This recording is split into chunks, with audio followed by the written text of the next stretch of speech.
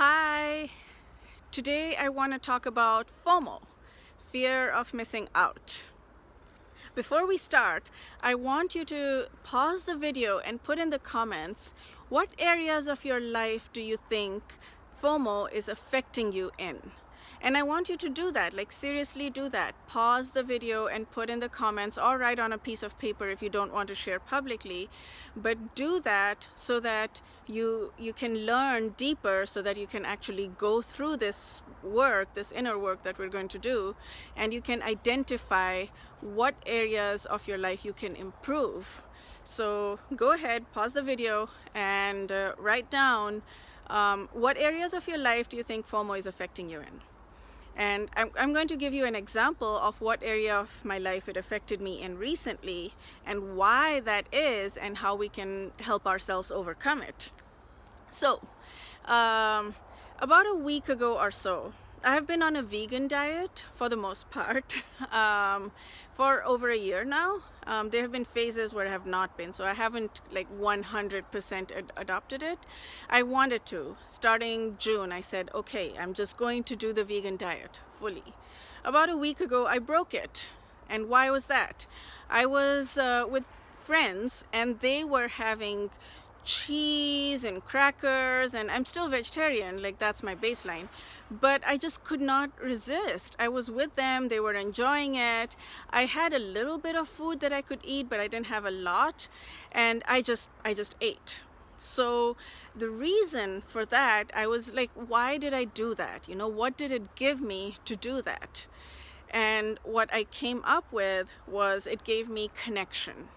I did not want to feel left out when I was with them. I did not want to feel left out from the world. I did not want to feel like everybody else is enjoying something and I'm not enjoying it. I did not...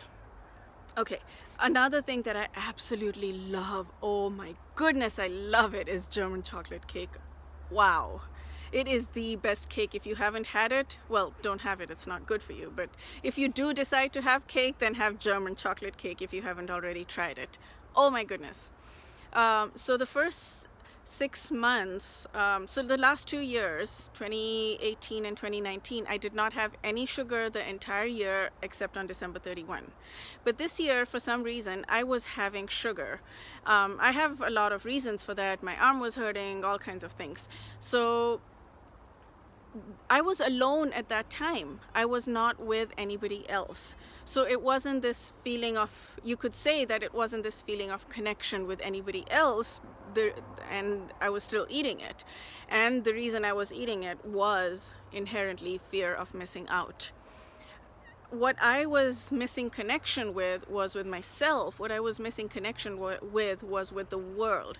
I was feeling that if I don't have it, then I am constricted because I am alone and I'm isolated. But if I have it, somehow I'm connected to everyone else in the world who is having it.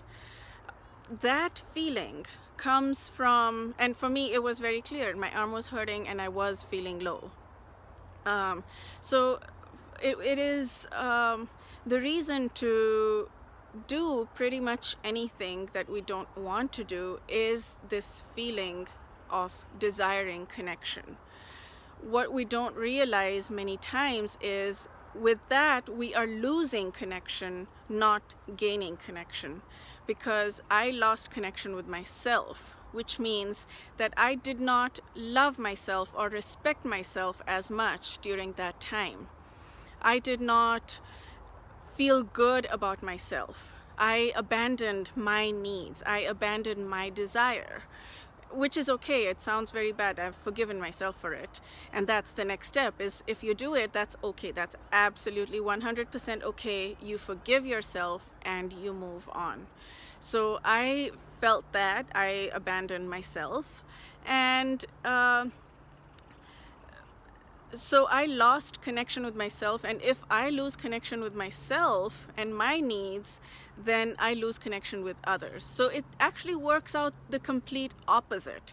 In that moment when I was having those cheese things with my friends, I felt connected in that moment, but I didn't as well.